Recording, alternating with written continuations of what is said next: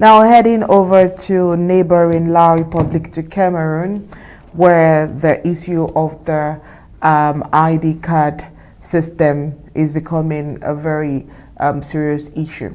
So we got information that since its launch, the launch of the ID card, La Republic to Cameroon National Identity Card System has generated a torrent of complaints from citizens across Ambazonia. Yet the Yaoundé region remains callously indifferent. In the Atlantic Zone, the process at the 1st District Colonial Police Station in Boyer Town is a sample of this neglect. A horrendous procedure, official information solely in French, the colonial officials' language, and a blatant extortion. Hopeless Southern Cameroonians, already battered by war, are forced to deal with these calculated assaults while the culprits walk free. Life in Ambazonia is not livid, and it is endured under a constant cloud of terror and insecurity. This reality stems from a brutal war and La Republic to Cameroon's government's deliberate and long-standing neglect. Incidents that strip citizens of their dignity and rights are not occasional. They are the everyday norm, a cruel routine. The current ordeal facing citizens seeking national identity cards at the 1st District Colonial Police Station in Boyer Town is a blatant public disgrace for the impostor government. The application process itself is an obstacle course, intentionally complicated and agonizingly slow, designed to frustrate and deny rather than serve. A primary tool of repression is the language barrier.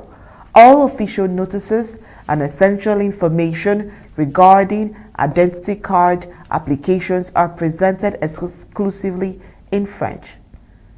This renders the process impenetrable for the vast majority of purely English-speaking citizens in Ambazonia. It is a cynical act of linguistic discrimination, stripping people of their rights to understand and access a fundamental service. This blatant disregard for bilingualism, despite its supposed constitutional backing, exposes the government's contempt for Ambazonia's identity and rights. The indignity depends and deepens with credible reports of these colonial government officials demanding bribes from Southern Cameroonian applicants. Through their act of extortion, they force citizens to pay for what is their right. La Republic to Cameroon's consistent refusal to correct these fundamental laws, from linguistic oppression to the unchecked corruption within its own department, ensures that a climate of injustice and insecurity persists.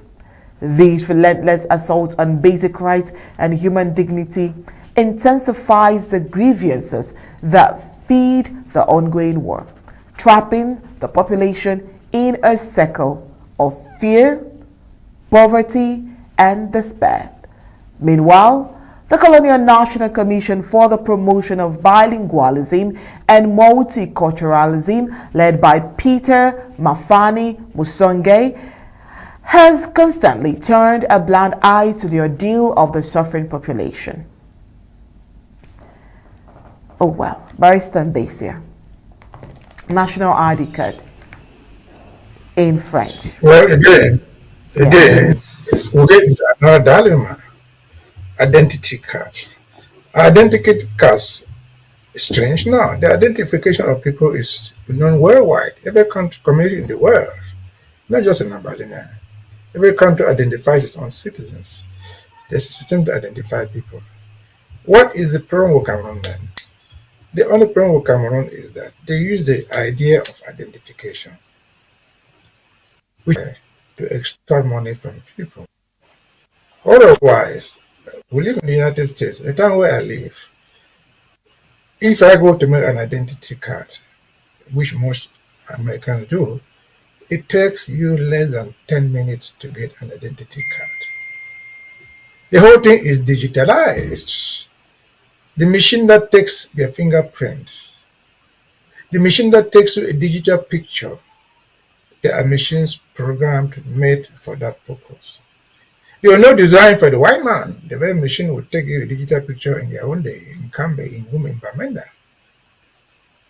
The very machine will be installed in anywhere in Akwaya and will take you a digital picture.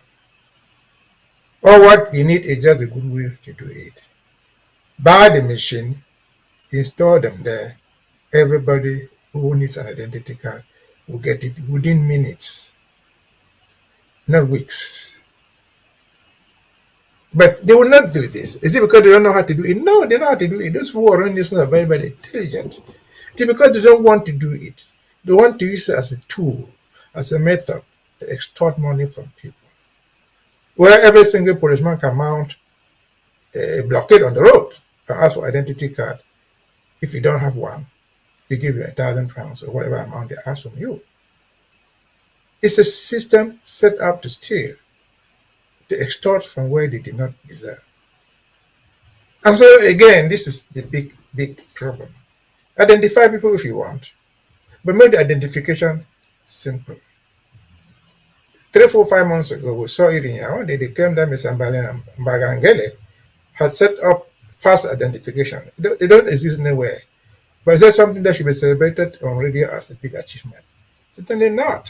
What is there? Joe came here, I watched some news from Cameroon, and they were talking about people, drivers, driving to Bali and Bambui, who were mounting a strike. Why?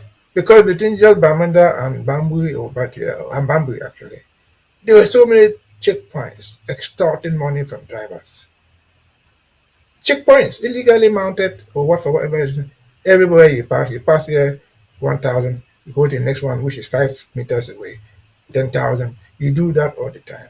It is cautioned and accepted. And what surprised me, these people are going on strike. Some people pop up and say they are their leaders. That they should have come to tell them their problem. Who is a good driver who lives in Bamenda and doesn't know there's the illegal checkpoints between Bamenda and Bamboo? Well, they are so blind. But if you were to be so blind, you are the leader of those drivers. You don't see it. You should have told you to go and address it where? To the same people who set up those things. Does the police commissioner in Bamenda not know those places are mounted there? Does the governor himself not know it? If his wife is going to Bamboo or his children, would they not pass through the same checkpoints? Though they will let them pass without pay because their children or wives are big people. So this is a shame. And again, they end up somewhere, just like in the last segment. Why didn't you come and tell us? You should come and complain to me. So I will go and see the authorities that are concerned. Who is the authority which is concerned? The prefect. What has the prefect got to do with mounting of roadblocks? Bishop there. He can authorize it.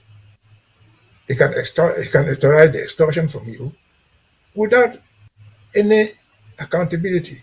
Why? Because he is the personal representative of the president. He enjoys his signature on the appointment. And since he's the president, in fact, he's the president in Bali, he's the president in Bamboo, and the president acting illegally in Bamboo or Bali or Batibo or wherever it is, can never be challenged. It can never be challenged. Where they will learn to live in a community where nobody is held accountable, especially those in authority. No, no, no. Human beings are born essentially free to move up and down, to do what they like, without the control of whoever may be it the president, be it the prime minister, or even the king. And so this is the bigger problem that we face. In Ambazonians, shall we have identification? We shall.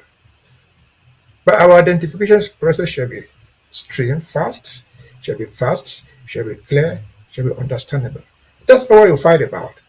Again, to remind ourselves, we are fighting about institutions restoration. Institutions come with value.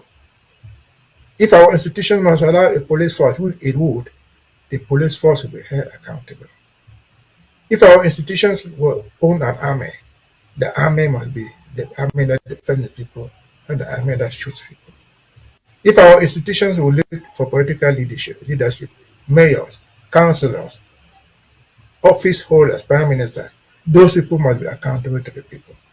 Those are the institutions we're fighting to put back. And for that reason, there's no end to the fight until they are restored. Over to you.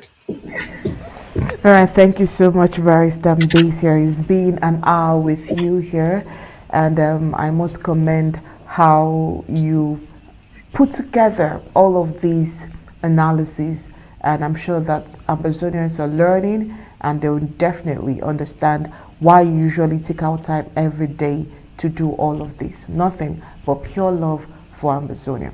At this point, we would let you go because we do hope that tomorrow would come with more reports and definitely seek your wealth of knowledge again.